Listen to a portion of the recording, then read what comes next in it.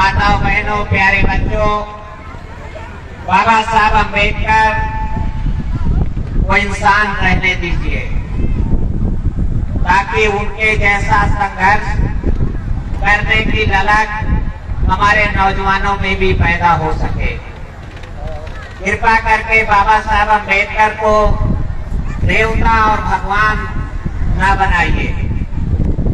पूजा करने से बाबा साहब अम्बेडकर का कर्मा पूरा नहीं होगा और भारतीय जनता पार्टी की सरकार एक प्लानिंग के तहत बाबा साहब अम्बेडकर को पूजा की वस्तु बना करके रख देना चाहती है कि बाबा साहब अम्बेडकर को पूजेंगे, मानेंगे पर उनको जानेंगे नहीं और उनके बताए रास्ते पर चलेंगे नहीं।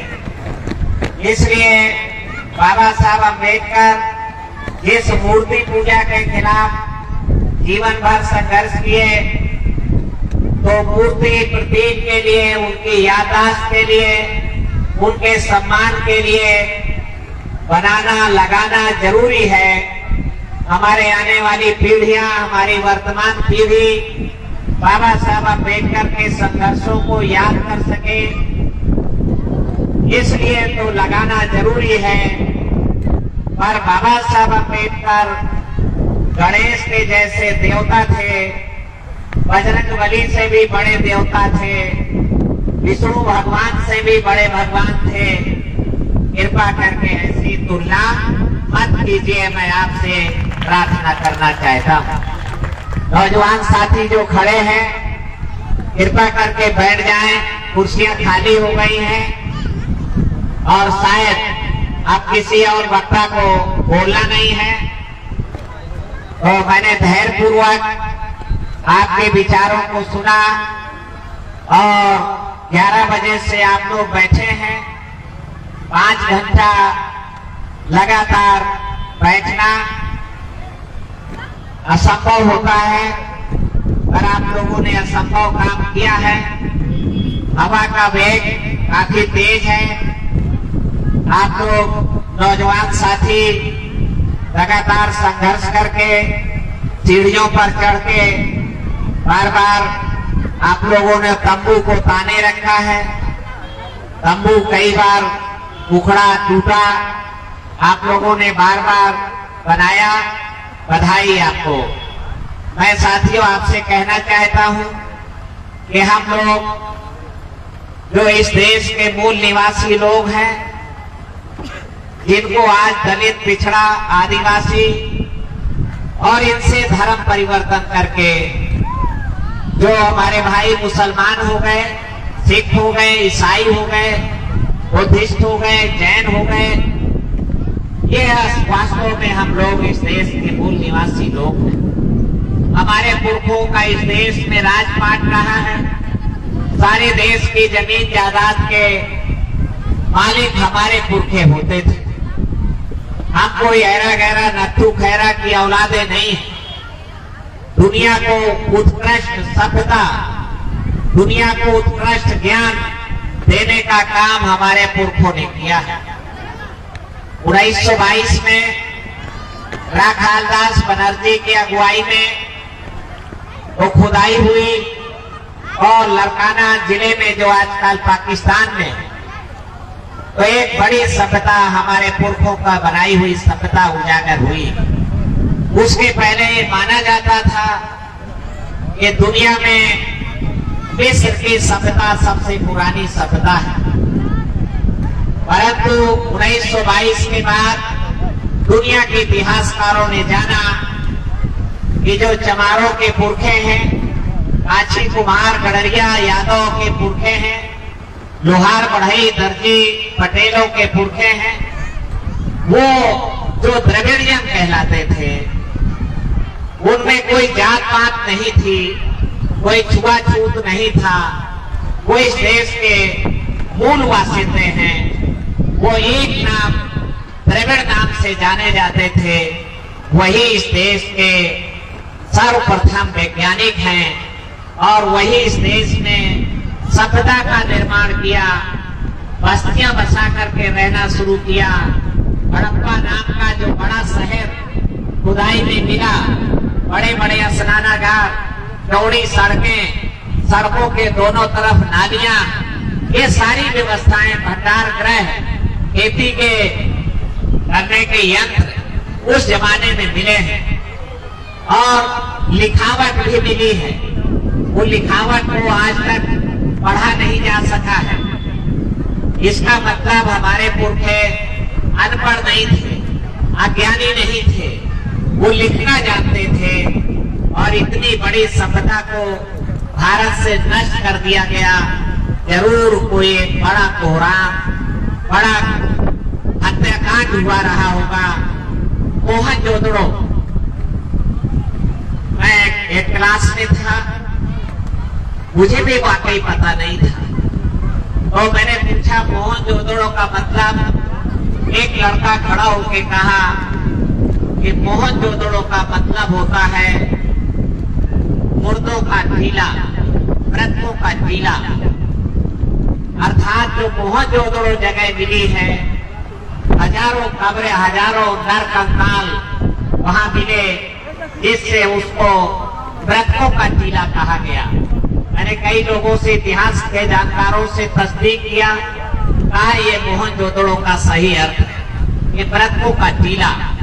तो हम लोग इस देश के मूल निवासी लोग हैं, जो बाहर से लोग आए, साम दाम दंड भेद छल कपट से परास किया और वीरता में हमारे पुरखों से नहीं जीत पाए। सत्य की लड़ाई में वो हमसे नहीं जीत पाए।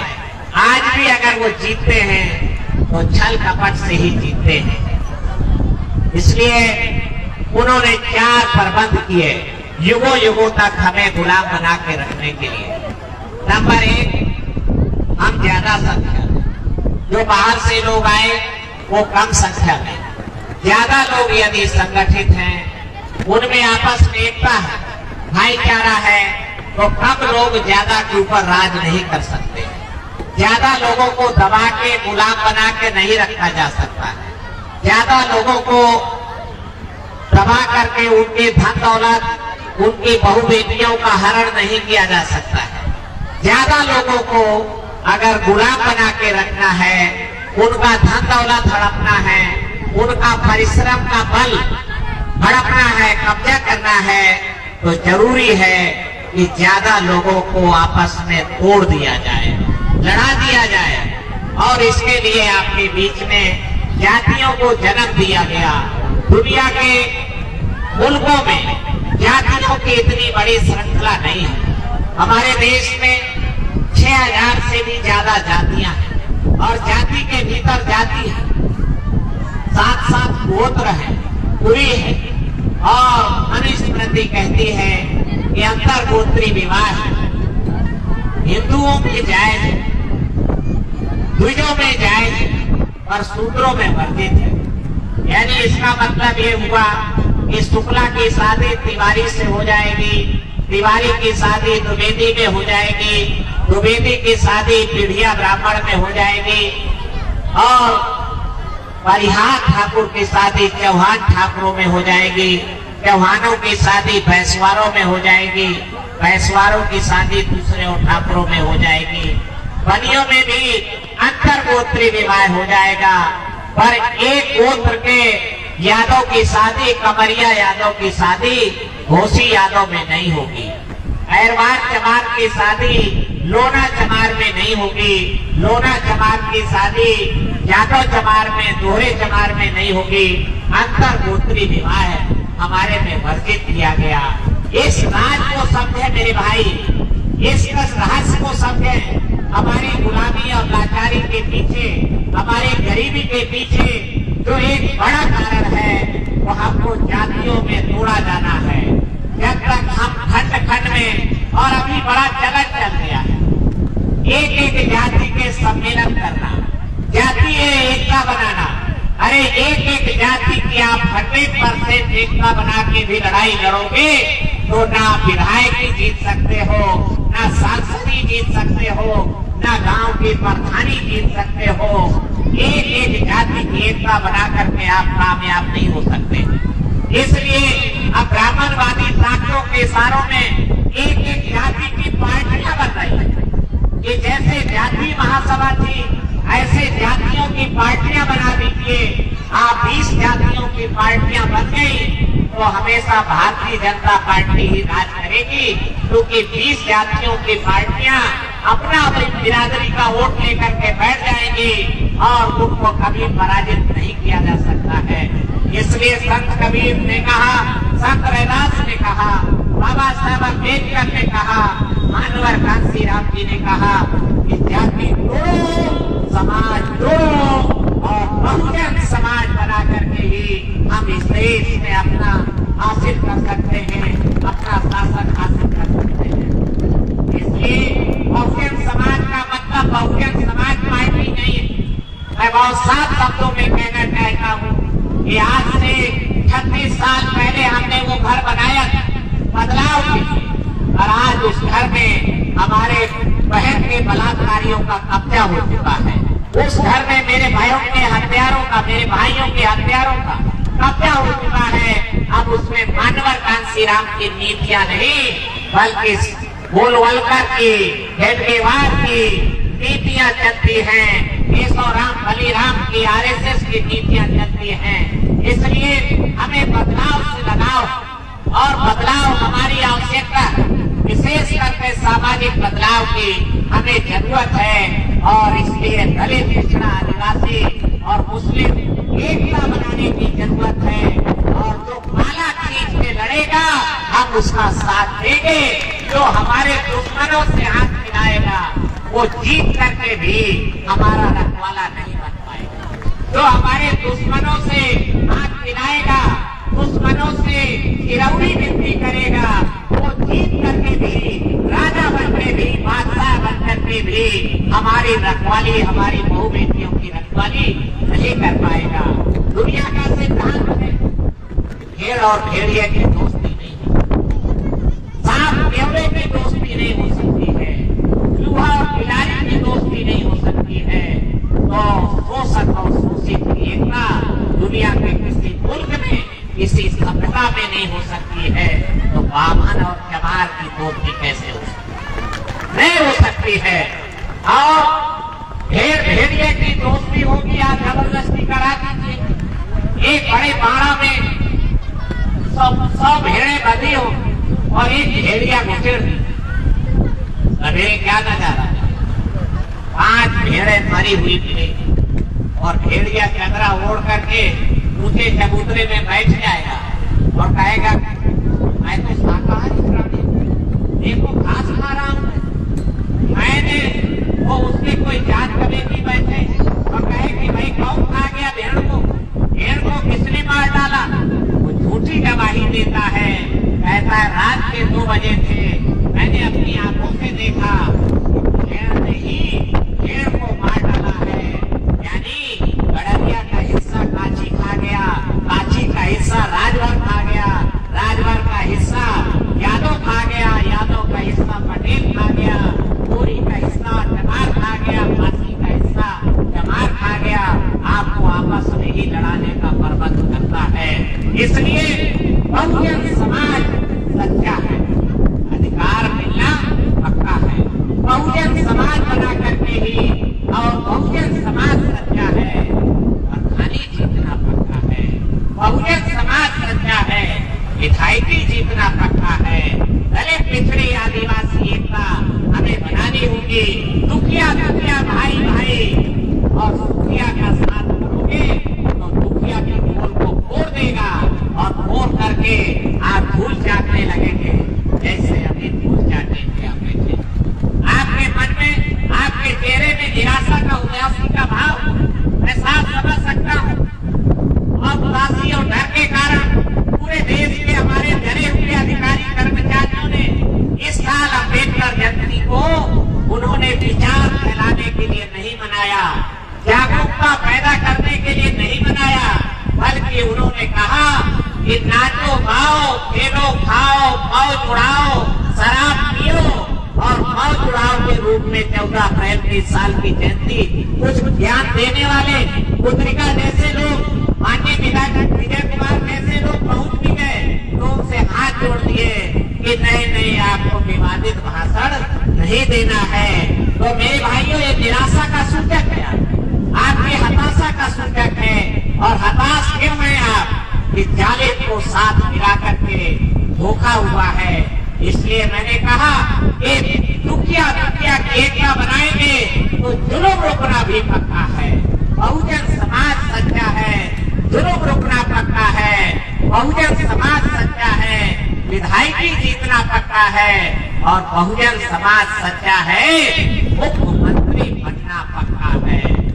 जालिम के चक्कर में आकर के आपने मुख्यमंत्री से विड्रॉल कर लिया, आपने मुख्यमंत्री से, प्रधानमंत्री के पद से तो आपने 10 अक्टूबर 2013 को वापस ले लिया था नाम, जब प्रदेश अध्यक्ष ने ऐलान किया कि खबरदार प्रधानमंत्री की बात 2014 के चुनाव में नहीं उठाई जाएगी। यूपी हुई हमारी है, अब दिल्ली की बारी है। ये बात नहीं उठाई जाएगी, अखबारों में नहीं छापा जाएगा, पर्चे में नहीं लिखा जाएगा, पोस्टर में, बैनर में, होर्डिंग में नहीं लिखा जाएगा। और अगर आप अपनी मेधा पे गौर करें, इतना पे गौर करें तो 2014 में प्रधानमंत्री भारत की मजबूरी है, प्रधानमंत्री हमारा जरूरी है, ये बात नहीं उठाई। तो 10 अक्टूबर 2013 को आपने प्रधानमंत्री से विड्रॉ कर लिया था, जालिम के चक्कर में फंस करके। और इस चुनाव में आपने मुख्यमंत्री पद से भी आपने आपको विड्रॉ कर लिया और जीता है। तो सब जानते हैं कैसा मेरी बहन का रखवाला नहीं जीता, मेरे भाई का रखवाला नहीं जीता है। आप खुद समझ सकते हैं। इसलिए बहुजन समाज सच्चा है, अधिकार मिलना पक्का है। बहुजन समाज सच्चा है, सत्ता मिलना पक्का है। और सरोजा ने एक धोखा है, धक्का मारो मौका। सरोजा ने एक धोखा है, धक्का मारो मौका है। दुनिया के किसी सभ्यता में शोषक और शोषित की एकता नहीं हो सकती है। और अब वक्त आ गया है कि आप माला खींच कर लड़ाई लड़ेंगे तो एक तरफ गोलबंदी होगी मारे गए, सताए गए लोगों की, और दूसरी तरफ गोलबंदी होगी जालिम लोगों की। और जालिम और मजलूम की गोलबंदी माला खींच के होती है तो हम 85 हैं, वो 15 हैं। 85 में हम 20-25 कट भी जाएंगे हमारे, तब भी हम 60% लोग बचते हैं मैदान जीतने के लिए काफी। इसलिए मैं आपसे कहना चाहता हूँ कि आपको आने वाले समय में बाबा साहब अम्बेडकर के बताए हुए रास्ते पर नंबर 1 हमारी कमजोरी जातियों में तोड़ा गया, नंबर 2 हमारे शिक्षा रोक दी गई। कानूनों ने सोचा इनमें हमने जातियां तो बना दी, परंतु इनमें जो पढ़े लिखे लोग जब इतिहास को जानते हैं, दस्तावेज उठा के पढ़ते हैं, और जब इनको पता चलता है कि हमारे पुरखे इस देश के शासक थे, राजा महाराजा थे, जमीन जायदाद के मालिक थे, तो अपने खोए हुए राजपाट को पुनः प्राप्त करने के लिए लड़ाई लड़ते, संघर्ष करते। फिर यादव चमार की एकता बना लेते, फिर कांची कुमार की एकता बनाते, और सारे मारे गए, कुचले गए, सताए गए लोग लामबंद होने लगते हैं, और लामबंद होकर के अपनी दूरी बना लेते हैं, संघर्ष करते हैं।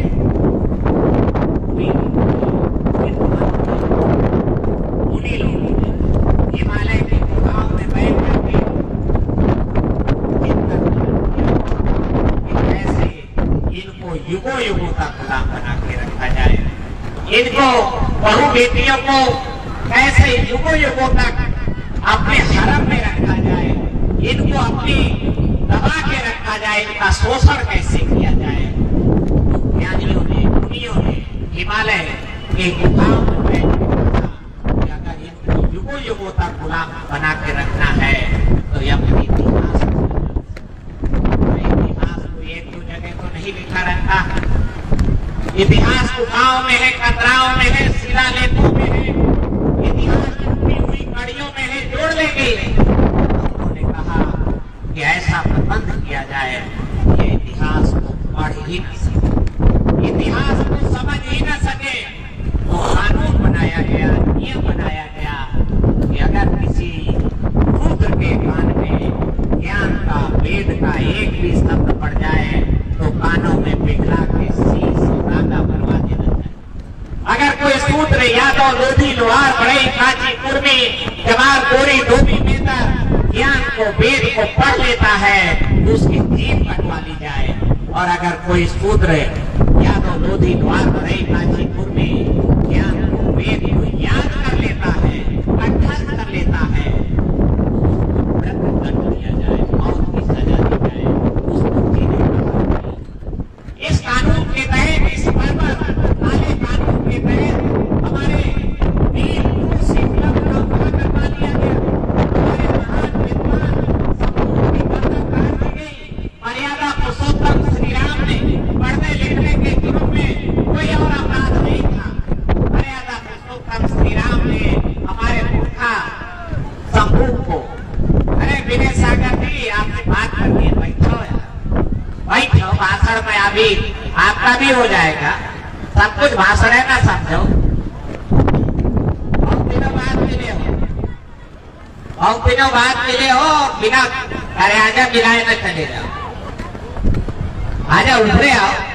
तो इसलिए मैं आपसे कह रहा था कि शिक्षा हमारी रोकी गई। शिक्षा ग्रहण करना केवल मना ही नहीं बल्कि दंडनीय अपराध।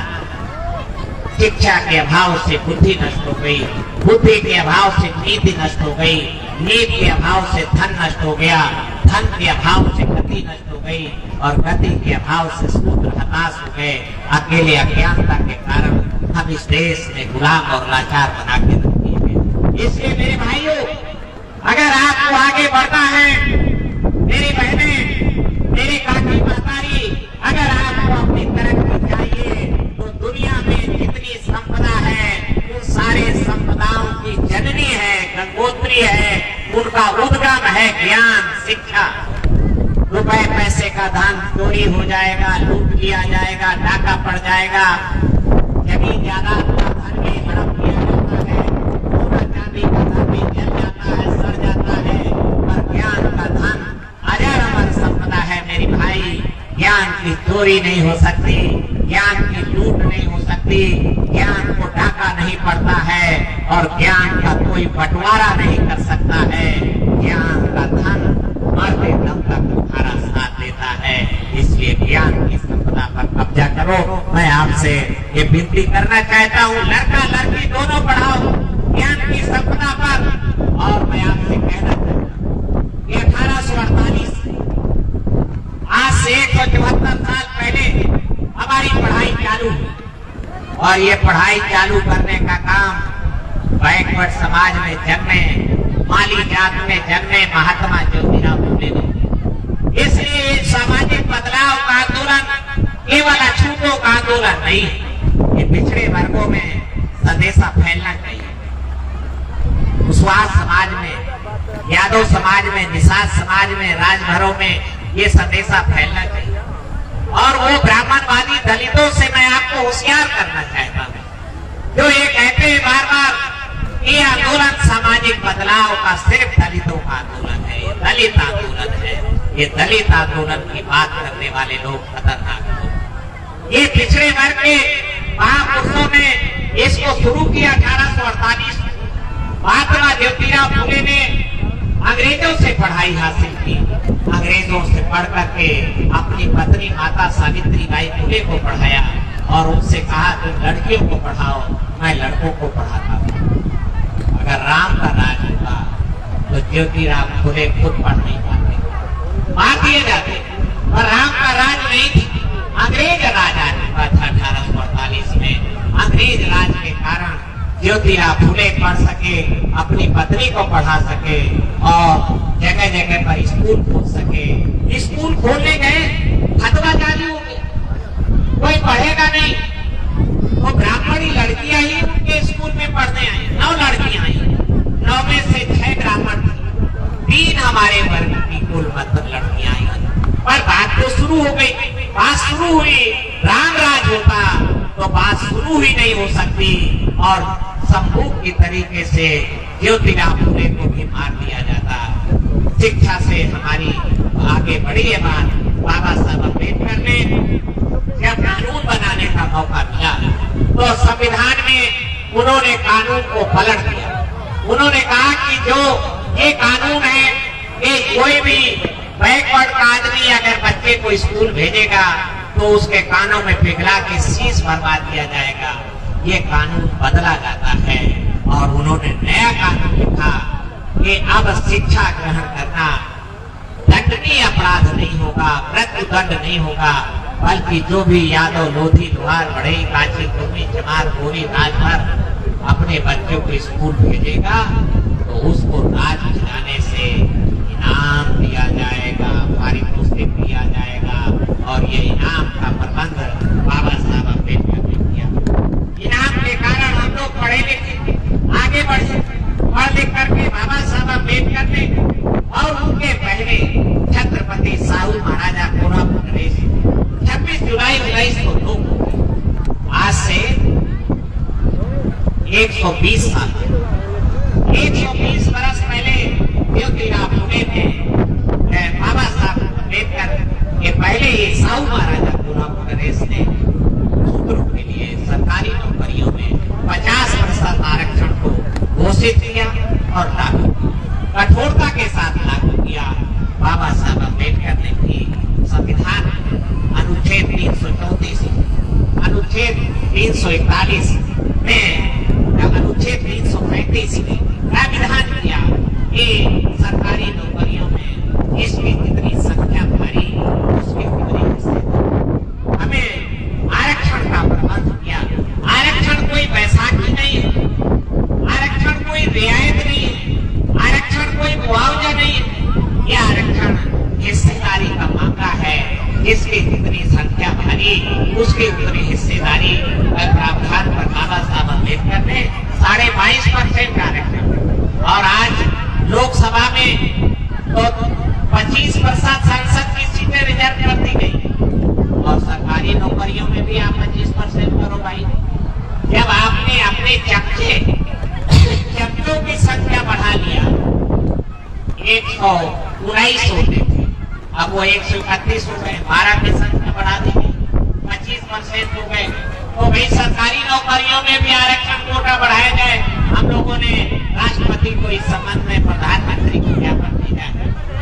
मैं आपसे कहना चाहता हूँ कि पढ़ लिख करके हम मास्टर बन गए, डॉक्टर बन गए, इंजीनियर बन गए, पढ़ लिख करके हम कलेक्टर, कप्तान बन गए, विधायक, प्रधान बन गए, तो पक्का मकान बन गए। बुजुर्गवार यहाँ बैठे, उन्हें पता है कि आज से 50 साल पहले इस पूर्वांचल की धरती में हमें मकान बनाने का भी हक नहीं। अब कच्चे मकान में और कच्चे घरों में, घास फूस की झोपड़ियों में हमारे पुरखों को गुजर बसर करने के लिए मजबूर किया। और जब हम पढ़े लिखे आगे बढ़े, यार पैसा तनख्वाहें आई, पक्के मकान बना लिए, सोफा सेट लगा के दरवाजे पर बैठ गए।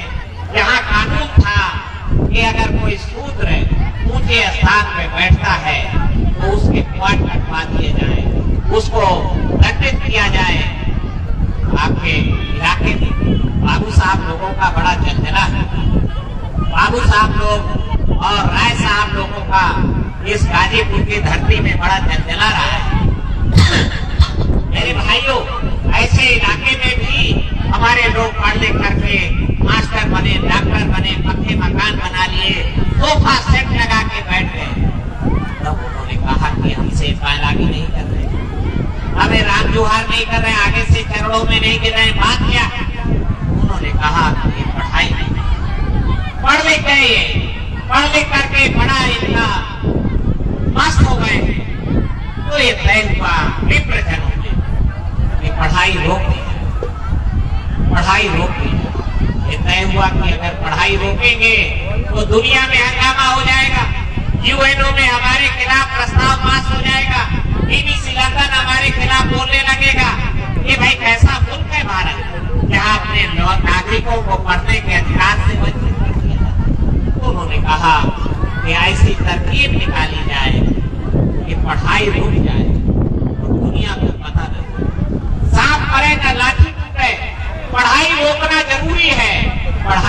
रोकने के लिए सुप्रीम कोर्ट में एक PIL दाखिल हुई 1994 में, और एक झूठा रोना रोया गया कि 12 बजे के बाद प्राइमरी स्कूलों से बच्चे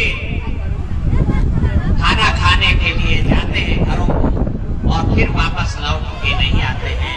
ड्रॉप आउट बढ़ रहा है। ड्रॉप आउट को रोकने के लिए सुप्रीम कोर्ट ने ऑर्डर किया कि मिड डे मील खिलाया जाए। उन्होंने जाना ये भूखड़ दो, ये इनके मुर्गे के नसों में भूख समाई हुई है, इनको कभी गेहूं खाने को नहीं दिया, ये सावा कोदो काकून खा करके जिंदा रहे हैं, हर पेट खाना नहीं मिला। अगर इनको रोकना है तो इनको भोजन रख लीजिए विद्यालय में, विद्यालय को भोजनालय बना दो, ये भोजन में उलझ जाएंगे, पढ़ाई छोड़ देंगे, काम हमारा बन जाएगा और पूरे देश में कंप्लीट मिड डे मील योजना ने बुनियादी शिक्षा, प्राइमरी शिक्षा से शिक्षा व्यवस्था को चौपट कर दिया, उलझ कर गई है। वहीं पर तिवारी जी भी खड़े थे। तिवारी जी ने कहा कि अरे वे रुकिए रुकिए, मेरा बच्चा भी नंद किशोर तिवारी भी उसी स्कूल में पढ़ता है, मेरा बच्चा भी अनपढ़ हो जाए। उन्होंने कहा नहीं नहीं, अपने बच्चों के लिए हम अलग स्कूल खोलते हैं। हमारे बच्चे जवाहर नवोदय विद्यालय में पढ़ेंगे, केंद्रीय विद्यालय में पढ़ेंगे, हमारे बच्चे कॉन्वेंट स्कूल में पढ़ेंगे, मॉन्टेसरी स्कूल में पढ़ेंगे, पब्लिक स्कूल में पढ़ेंगे, और गरीब का बच्चा पढ़ेगा प्राइमरी में मिड डे मील खिलाया जाएगा, घर भगा दिया जाएगा, ज्यादा से ज्यादा उसको गिनना सिखा दीजिए, बुरा भाग लगाना सिखा दीजिए और हो गई पढ़ाई। उन्होंने कहा कि नहीं, वो कक्षा 5 में फेल हो गए। मेरे भाई, इतना बड़ा षड्यंत्र, मानव संसाधन विकास मंत्रालय से ही ऑर्डर आया कि गुरुजी आपने विद्यालय को भोजनालय बना दिया, हमें बहुत खुशी हुई, आपको धन्यवाद, बधाई। दिन भर हम आपके विद्यालय में भोजन बनता है, और दूसरी समस्या जो आई है कि जब पढ़ाई नहीं होती है तो बच्चे कक्षा 4 नहीं पास कर पाते। कक्षा 5 की बोर्ड की परीक्षा होती है, बोर्ड परीक्षा में बच्चे पास नहीं कर पा रहे हैं, तो 6वीं की कक्षाओं में छात्र संख्या शून्य हो जा रही है। तो इसका समाधान हमने निकाला है।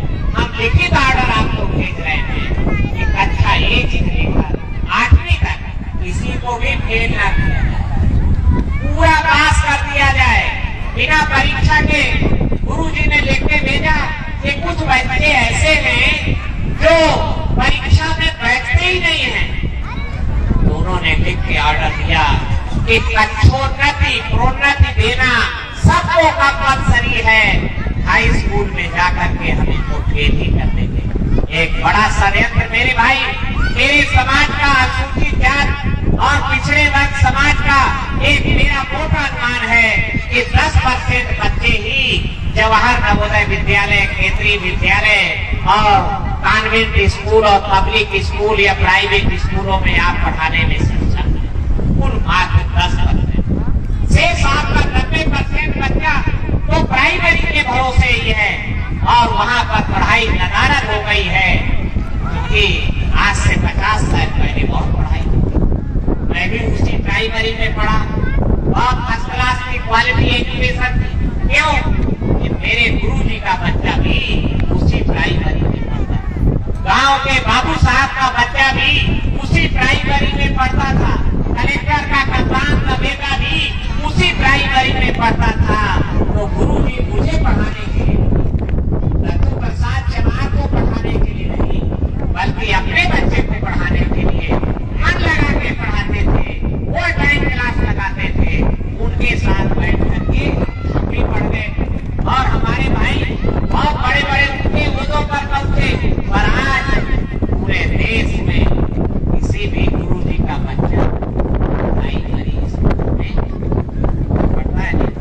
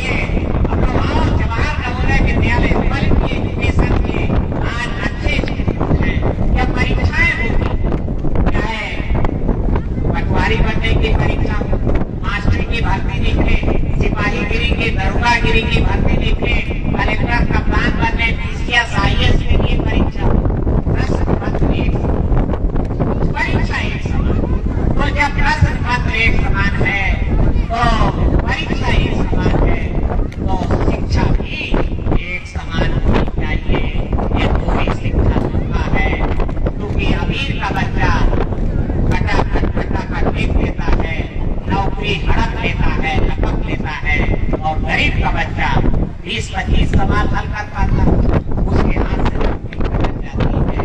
इसलिए आज जरूरत है मानवर घनश्याम जी के चेलों ने लखनऊ में बैठ करके इस बारे में विचार विमर्श किया कि जब देश भर में परीक्षाएं एक समान है तो शिक्षा भी एक समान होनी चाहिए। मैं आप लोगों से भी इस बारे में सोच विचार करने के लिए अपील करती हूं। आप इस बारे में सोच विचार करें। आपकी मुक्त जड़ शिक्षा को नष्ट की जा रही है, शिक्षा नष्ट की जा रही है, और आपके वर्ग के मुश्किल से 20% बच्चे पढ़ भी जाएंगे तो आगे जाके जॉब करने का पूरा इंतजाम कर रखा है। आईसी सेंटर में भी मुझे तो प्रवक्ता लोगों ने आईसी सेंटर के जो काफी जानते हैं उन्होंने मुझे बताया कि DIS का ऑर्डर है कि नंबर बढ़ा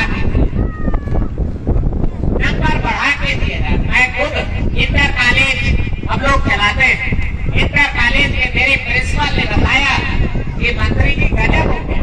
मैंने कहा क्या गजब हो गया? कहा जो बच्चा 3rd डिवीजन में नहीं पास हो सकता था वो 1st क्लास पास होके आ गया है। नंबर इतने बढ़ा के दिए जा रहे हैं, पर क्या कंपटीशन में भी हमें पास कर दिया जाए? क्या कंपटीशन में भी हमें एक्स्ट्रा नंबर दे देंगे? नहीं देंगे। इसलिए नकल व्यवस्था देखने में तो रोक दी गई है, CCTV कैमरे लगा दिए गए और वॉइस रिकॉर्डर लगा दिए गए हैं, परंतु काफी जांचने में जो पूरा धंधा चल रहा है, नंबर जो बढ़ा के दिए जा रहे हैं। इसलिए मानवर घनश्याम जी के चेलों ने आपके सामने भी मैं प्रस्ताव रखना चाहता हूँ। आपसे मसले की इस पूर्वांचल की धरती में जहाँ से एक बहुजन आंदोलन कामयाब हुआ,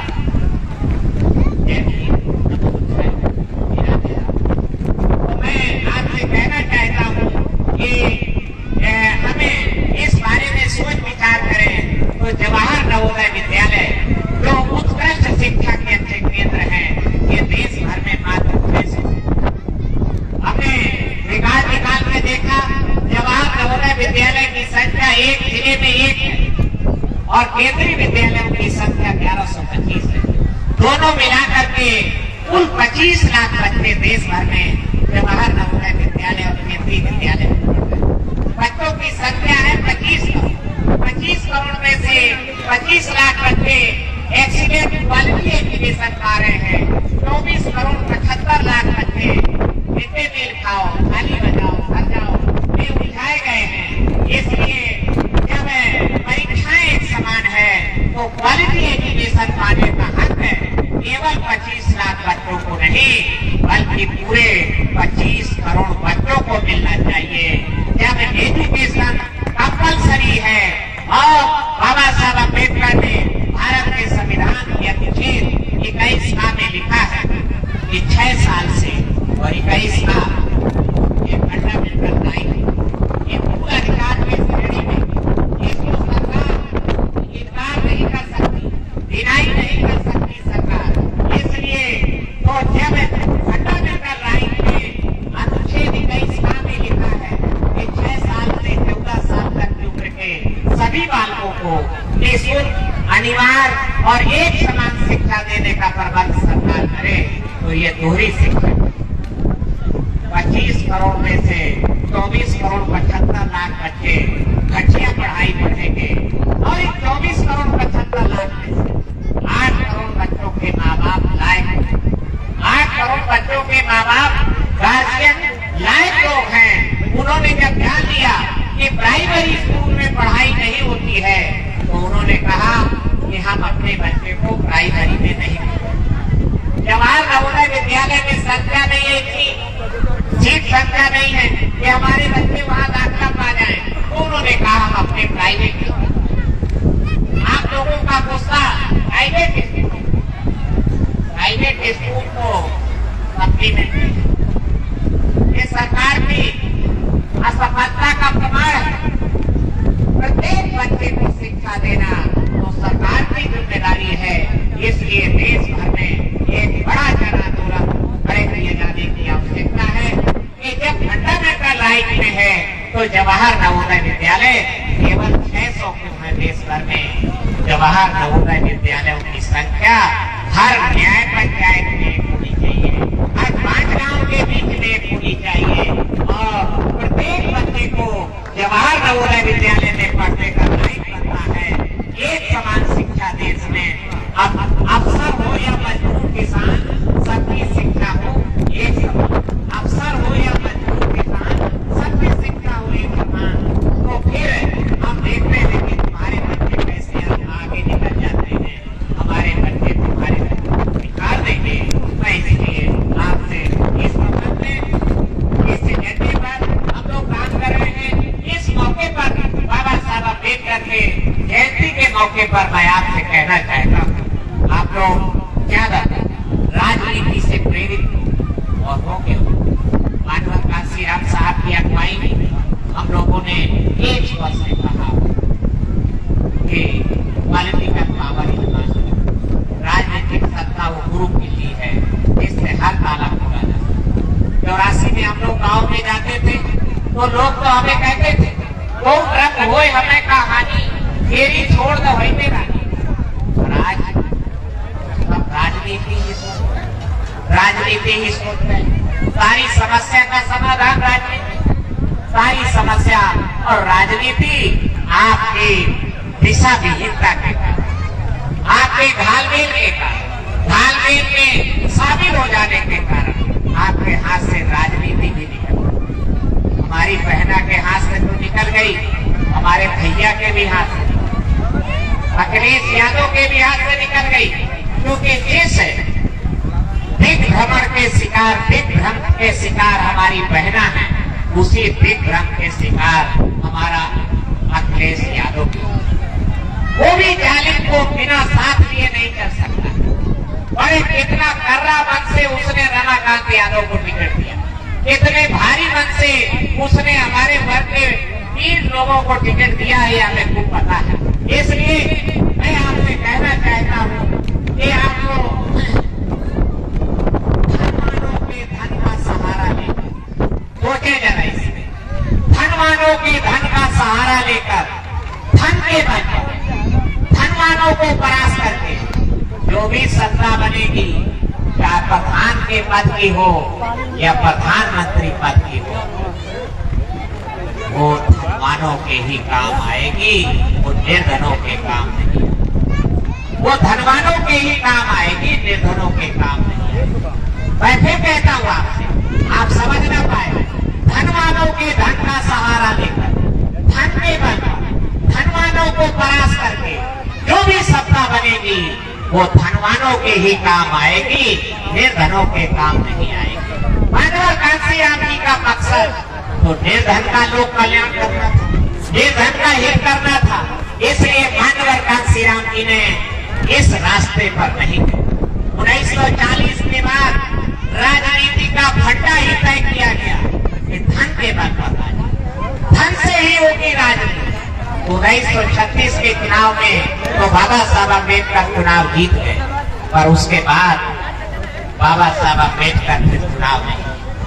बाबा साहब अम्बेडकर महाराष्ट्र में कई जगह से चुनाव लड़े और उसके क्योंकि पूरी राजनीति ही धन के बल पर हो गई।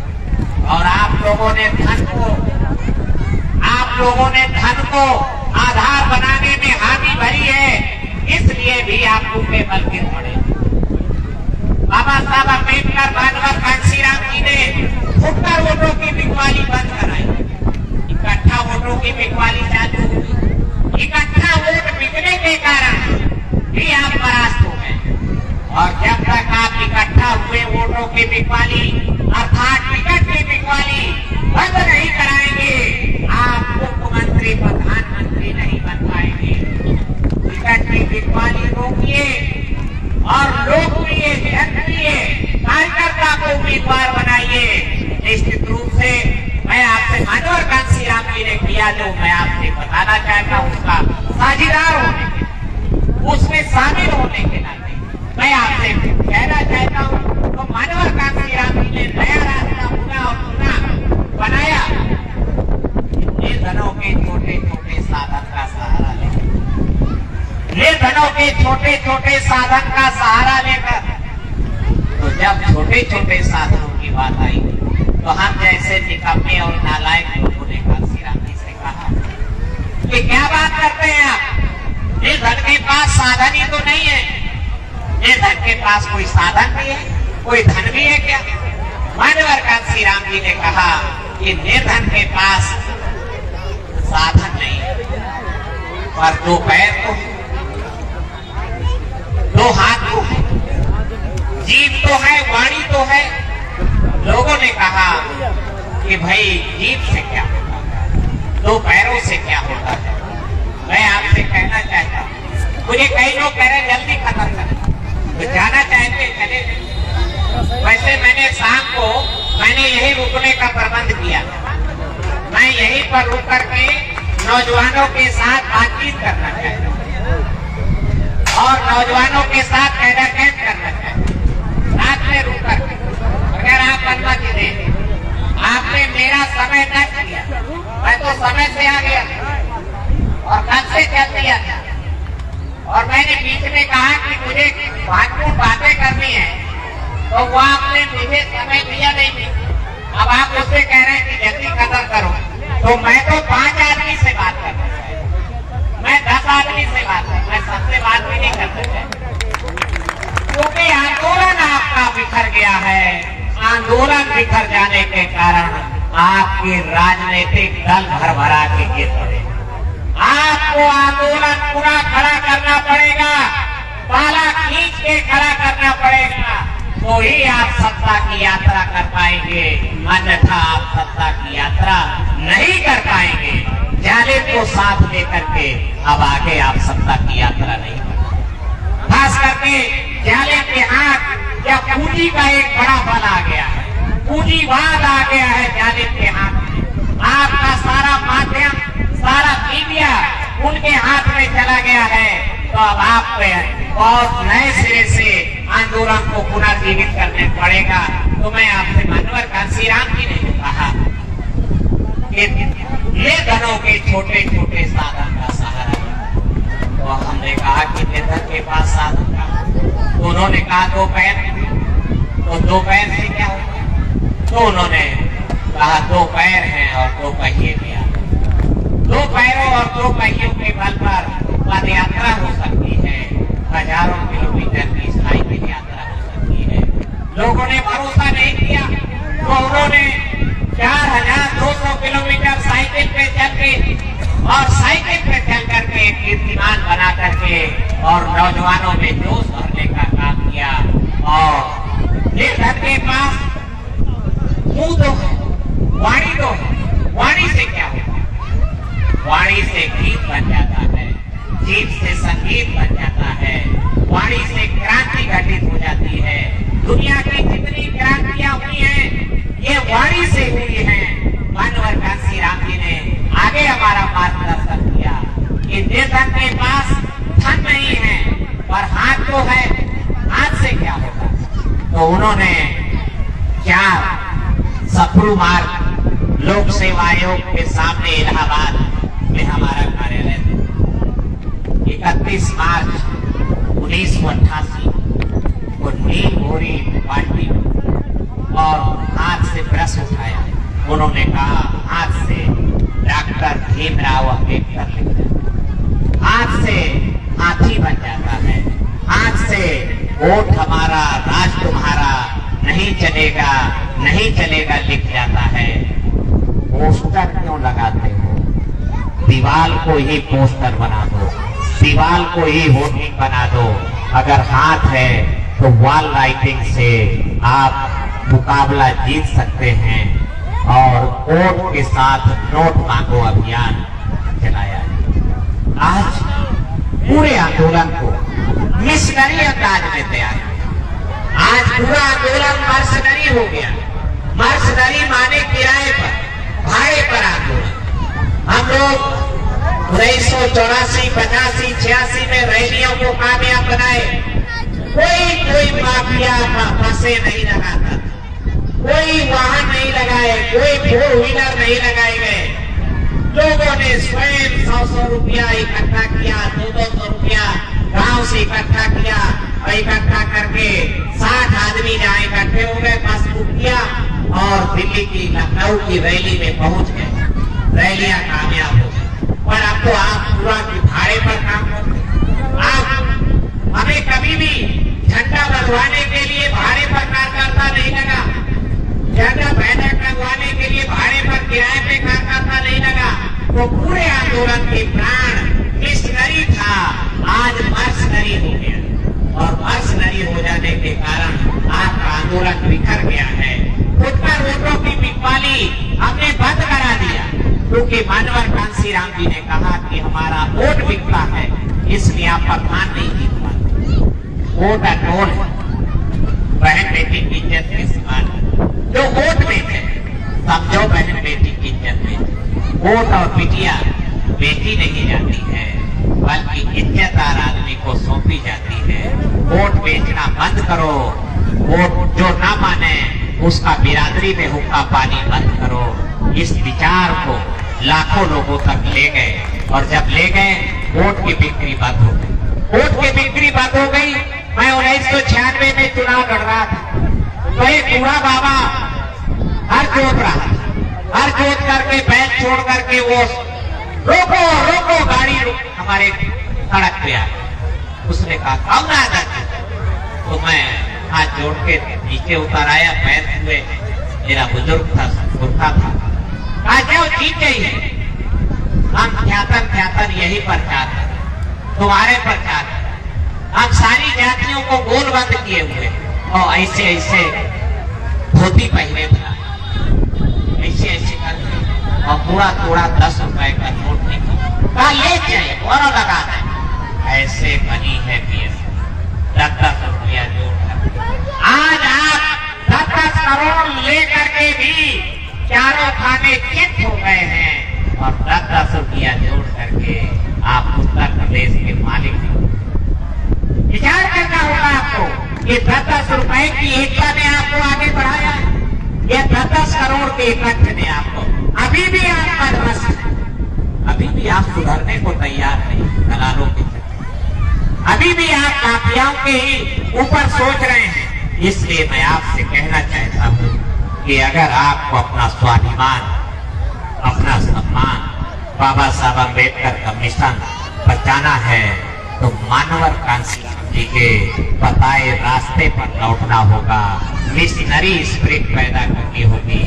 छोटे छोटे साधनों का, निर्धनों के छोटे छोटे साधनों का, निर्धनों की जीभ का सहारा लेकर, निर्धनों के 2 पैरों का सहारा लेकर, निर्धनों के 2 हाथ का सहारा लेकर, निर्धनों के वोट के साथ नोट मांगो अभियान का सहारा लेकर, निर्धनों के परिश्रम बल का सहारा लेकर, निर्धन के चरित्र बल का सहारा लेकर, निर्धन की ईमानदारी का सहारा लेकर, निर्धन की सच्चाई का सहारा लेकर जालिम को, धनवानों को जंगे मैदान में परास्त करके जो सत्ता बनेगी अनिवार्य रूप से निर्धनों के ही काम आएगी, वो धनवानों के काम नहीं आएगी।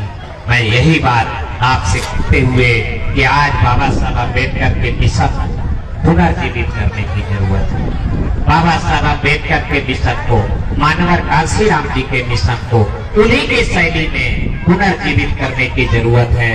मानवर कांसीराम जी के चेलों को आह्वान कर रहा हूँ कि आगे आए और नई पीढ़ी को रास्ता दिखाएं। निश्चित रूप से हमारे नौजवान स्वाभिमानी बनना चाहते हैं, हमारे नौजवान शासक बनना चाहते हैं, पर उन्हें मार्ग का ज्ञान नहीं है। उनके सामने बड़ा भटकाव है कि किसके साथ चलें, किसके पीछे चलें, तो कौन सा आदमी भरोसा करने लायक है। पर मानवर कांसीराम जी के चेले अगर मानवर कांसीराम जी का विचार लेकर कांसीराम जी के विचारों को चलाया गया, खड़े होते चले, ये चर्चा युग पुस्तक ये जलाई जाए। बहुजन संगठन में जो कांसीराम जी के विचार छपते थे तो करोल बाग कार्यालय में खड़े होकर जला दिया 2007 में। अहमदाबाद भेजा